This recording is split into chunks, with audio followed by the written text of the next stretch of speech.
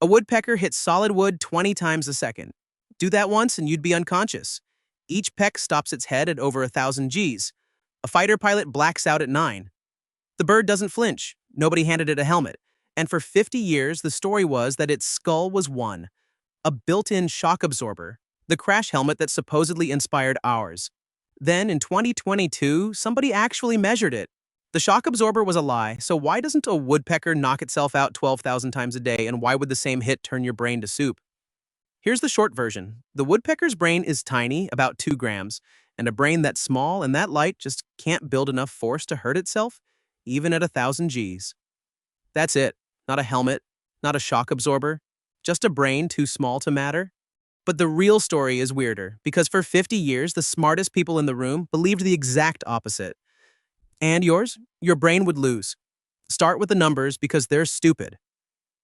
A woodpecker slams its face into solid oak up to 20 times a second. Run that across a working day and you get around 12,000 hits. Everyone stops its skull somewhere between 1,000 and 1,400 Gs. Your head checks out concussion at 60 to 100. A fighter pilot passes out at 9, and that's 9 held steady, not a hammer blow. So this bird takes a hit more than 10 times past the point that concusses you, and it does it 12,000 times before lunch. Then it does it again tomorrow. The bird is fine. So obviously the skull's doing something clever. That was the answer for 50 years. The story went like this. The woodpecker skull is a built-in crumple zone. Spongy bone up front to soak the blow.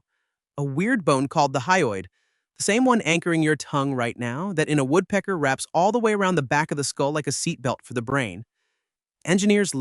People genuinely pitched safety helmets off this bird. The hard hat on a construction site, the foam against your own head, partly borrowed from a beak. Cool, mystery solved. Except somebody finally checked. In 2022, a team led by Sam Van Wassenbergh put 3 woodpecker species in front of high-speed cameras and measured the skull mid-impact. Current biology. The title, and I'm not kidding, was Woodpeckers Minimize Cranial Absorption of Shocks. Minimize. The skull doesn't cushion anything. It stays stiff. It swings like a hammer, not a pillow. And once you sit with it, that has to be true. A woodpecker pecks to drill. If its head soaked up the shock, it'd waste the force it needs to get through the wood. A padded head makes a bad hammer. So the seatbelt story, the crumple zone, the diagram in your kid's science book, all of it, wrong. Not oversimplified. Backwards. A 2025 follow-up in the Journal of Experimental Biology confirmed the same thing, calling the head a hammer-like mechanism. The bird is fine, the explanation never was. So if the skull isn't the hero, what is? Nothing is. It's a gap in the physics, and I'm going to call it the size loophole. Here's the size loophole in one line. 4 scales with mass. Your brain runs about 1,400 grams. The woodpecker's runs 2. Same deceleration, wildly different ending because 2 grams of tissue just can't generate enough force across itself to tear. Shrink the brain, shrink the damage. It's the same reason an ant walks away from a fall off your kitchen table and you'd snap an ankle off a ladder. Scale rewrites the rules.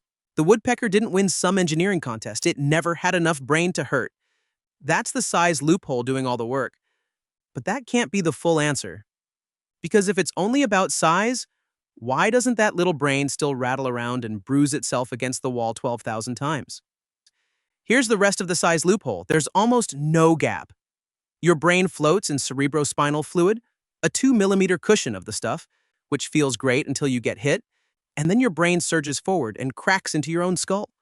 The woodpecker's brain is packed in tight, barely any fluid, barely any room to travel, nothing to slosh, and the strike is over in milliseconds and it's aimed dead straight.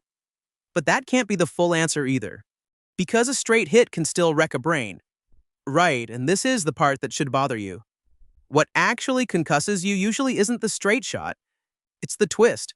Rotational acceleration, your brain rotating inside the skull and shearing against itself. That's the boxing knockout, the whiplash, the hit that ends careers. The woodpecker keeps every peck axial, straight in, straight back, 0 rotation, its neck muscles locking the whole rig into one rigid line.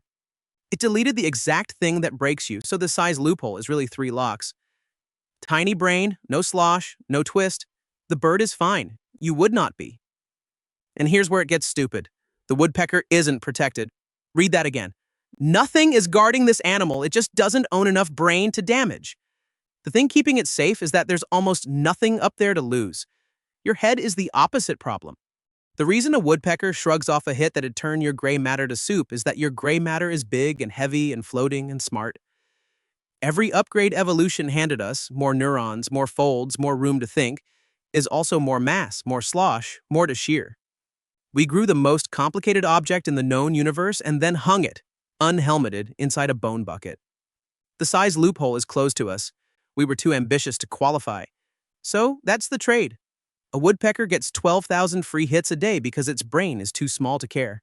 We got the kind of brain that writes the study explaining why, the kind that's exactly big enough to matter and exactly fragile enough to break. That's why we're the animal that had to invent the helmet. $12 of foam at a hardware store patented off a bird that turned out to be doing the opposite of the thing we credited it for. The woodpecker never needed one. We did because we're the ones who grew a brain worth protecting and a skull that can't. The bird is fine. We're the species that had to buy the helmet. Now you know, sorry.